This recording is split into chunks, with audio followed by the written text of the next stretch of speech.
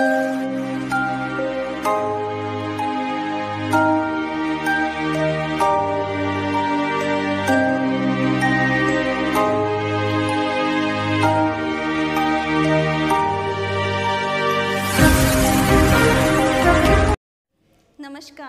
Online classes में आप सभी का स्वागत है।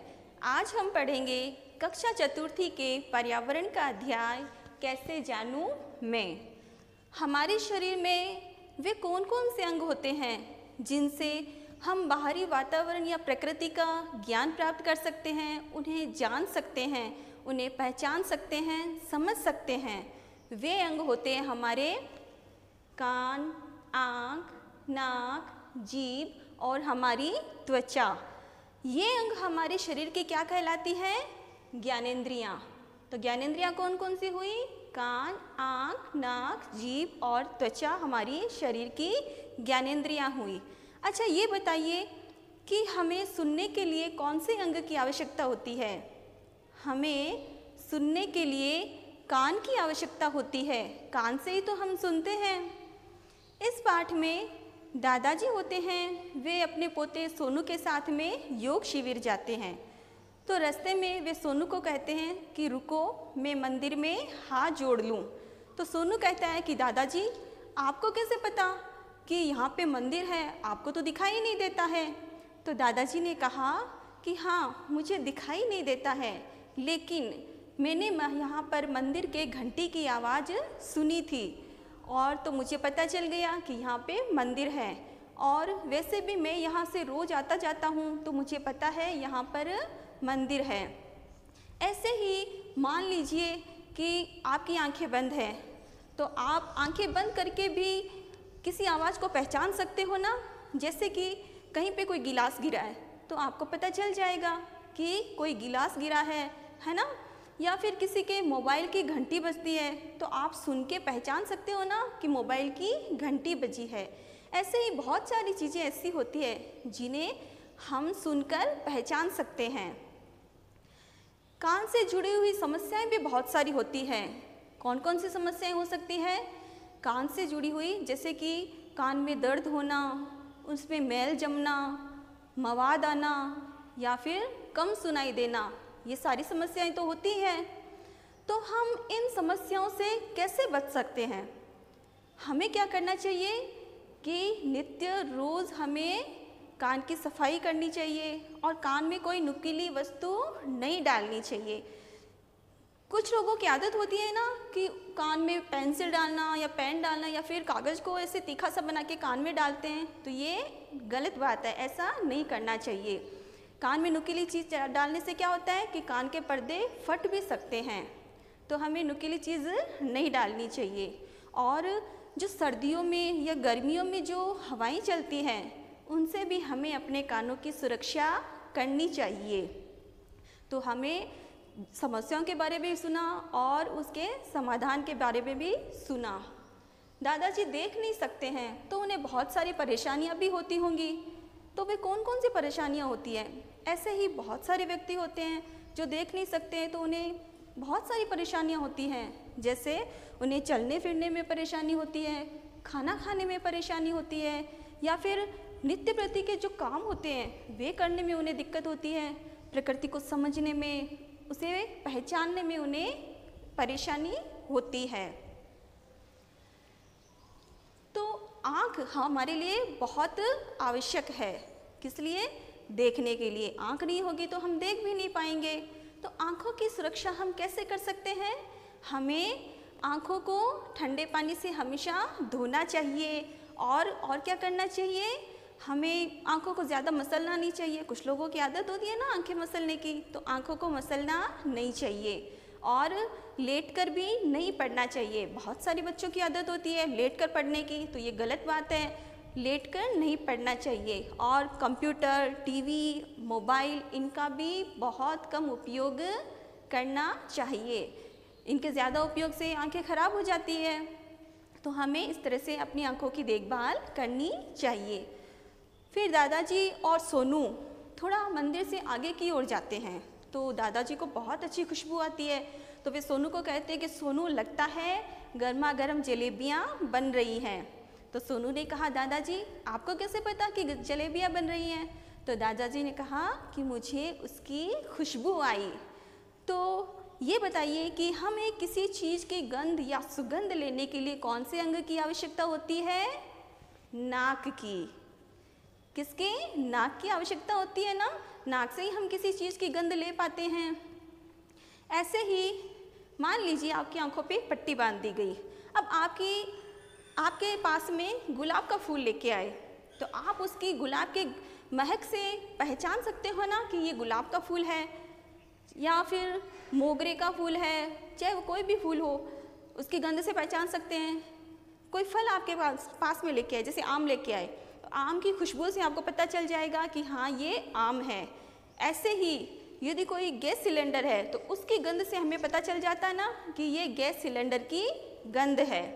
ऐसे ही बहुत सारी चीज़ें ऐसी हैं जिनकी गंध या सुगंध से हमें पता चल जाता है कि ये किस चीज़ की गंध है। तो हमें अपने नाक की भी बहुत अच्छे से देखभाल करनी चाहिए, उसकी संभाल करनी चाहिए। तो हम कैसे कर सकते हैं? हमें नाक में कोई नुकीली चीज़ भी नहीं डालनी चाहिए। और यदि हमें सर्दी जुकाम हो जाता है, कई बार सर्दी जुकाम होता है, तो हमें क्या होता है कि सांस लेने में भी तकलीफ़ होने लग जाती है और हमें किसी चीज़ की गंध का पता भी नहीं चलता है। तो सर्दी जुकाम होने पर हमें रुमाल या टिश्यू पेपर का उपयोग करना चाहिए और हमें अपने आसपास में साफ़ सफाई का भी ध्यान रखना चाहिए। कहीं पर गंदगी नहीं फैलानी चाहिए, क्योंकि क्या होता है, जहाँ पे गंदगी होती है वहाँ पे बहुत सारे कीटाणु पनप जाते हैं, वो हवा में इधर उधर फैल जाते हैं। और कुछ कीटाणु ऐसे होते हैं जो दिखाई भी नहीं देते हैं। फिर क्या, जब हम उस वातावरण के संपर्क में आते हैं तो वे कीटाणु हवा के साथ में सांस के द्वारा नाक से होते हुए हमारे शरीर में प्रवेश कर जाते हैं और हम बीमार पड़ जाते हैं। तो हमें अपने नाक की भी देखभाल करनी चाहिए। फिर है हमारा जीभ। फिर दादाजी ने क्या किया कि उस मिठाई वाले की दुकान के पास में गए और जलेबी लेके चखी। तो दादाजी ने कहा कि अरे वाह, जलेबी तो बहुत मीठी है, बहुत स्वादिष्ट है। तो उन्हें कैसे पता चला कि जलेबी मीठी और स्वादिष्ट है? उन्होंने जीभ पे जलेबी को रखा, तब उन्हें पता चला कि जलेबी मीठी है। ऐसे ही हम अपनी जीभ पर कोई भी चीज़ रखते हैं, चाहे वो नमक हो तो हमें नमक का स्वाद का पता चल जाता है, चाहे वो शक्कर हो तो शक्कर के स्वाद का पता चल जाता है। कोई भी चीज़ हम रखते हैं तो हमारी जीभ पे रखने से हमें उसके स्वाद का पता चल जाता है। तो हमें अपने जीभ की भी कैसे देखभाल करनी चाहिए? जब हम अपने दांतों की सफाई करते हैं तब हमें अपनी जीभ की भी सफाई करनी चाहिए। फिर दादाजी ने पास में रखे हुए थाल में समोसे पड़े थे, उन पे उनका हाथ अचानक से गया। तो उन्होंने कहा कि अरे समोसे तो ठंडे हैं। तो उन्हें कैसे पता चला कि समोसे ठंडे हैं? उन्होंने समोसों को छुआ, तभी तो उन्हें पता चला कि समोसे ठंडे हैं। तो ऐसे ही हमें किसी चीज़ के बारे में कैसे पता चल सकता है? हम उसे छुएंगे तभी तो हमें पता चलेगा कि वो चीज़ ठंडी है या गर्म है, चिकनी है या खुरदरी है, नरम है या कठोर है। उसको छूने से ही हमें पता चल सकता है ना। ऐसे ही दादाजी ने सोनू को छुआ तो सोनू ने कहा कि दादाजी आपका छूना तो मुझे बहुत अच्छा लगा, पर पड़ोस के ताऊ जी मुझे छूते हैं तो मुझे अच्छा नहीं लगता है। ऐसे ही कई व्यक्ति ऐसे होते हैं जिनका छूना हमें अच्छा नहीं लगता है। तो जब उनका छूना हमें अच्छा नहीं लगे तो हमें क्या करना चाहिए? हमें उन्हें स्पष्ट तौर पे मना कर देना चाहिए कि आप हमें मत छूइए, चाहे वो हमारा कितना भी नज़दीकी क्यों न हो, हमें डरना नहीं चाहिए। और इस बात की शिकायत हमें अपने घर वालों से भी कर देनी चाहिए। तो त्वचा की देखभाल हमें किस प्रकार करनी चाहिए? त्वचा भी हमारा आवश्यक अंग है। तो जब हम नहाते हैं तो हमें मल कर अपने शरीर को साफ करते हुए नहाना चाहिए और भोजन करने से पहले साबुन से अच्छी तरह से अपने हाथों को धोना चाहिए। शौच जाने के बाद साबुन से अच्छी तरह से अपने हाथों को धोना चाहिए। यदि हम कहीं बाहर जाके आते हैं तो बहुत सारी वस्तुओं को हमारे हाथ छूते हैं, तो वापस घर पे आके हमें अपने हाथ पैरों को अच्छे से धोना चाहिए। इस प्रकार हम अपनी त्वचा की भी देखभाल कर सकते हैं। फिर दादाजी ने हलवाई से कहा कि पाव जलेबी तोल दो। तो सोनू ने कहा कि दादाजी ये पाव क्या होता है? तो दादाजी ने कहा कि पाव 1000 किलोग्राम होता है, 1000 ग्राम होता है, उसका आधा होता है 500 ग्राम यानी कि आधा किलो, और उसका आधा होता है 250 ग्राम यानी कि पाव।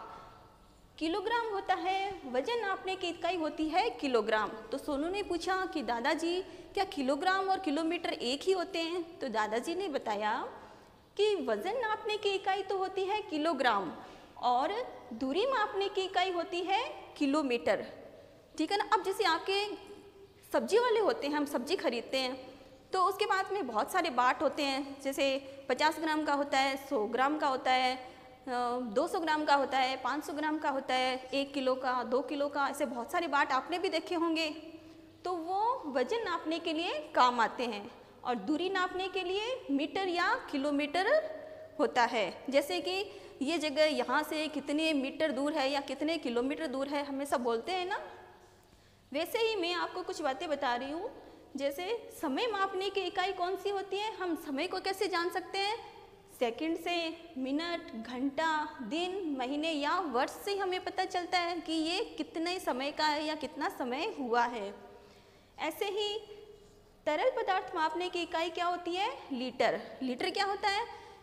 तरल पदार्थ क्या होते हैं कि पानी, दूध, ये तरल पदार्थ होते हैं ना, इनको नापने की इकाई होती है लीटर। आपको दूध देने वाला होते हैं, उनके पास में आपने एक पात्र देखा होगा, उस पात्र से वो दूध को नापते हैं, तो उसे क्या कहते हैं? लीटर। ऐसा ही होता है ना।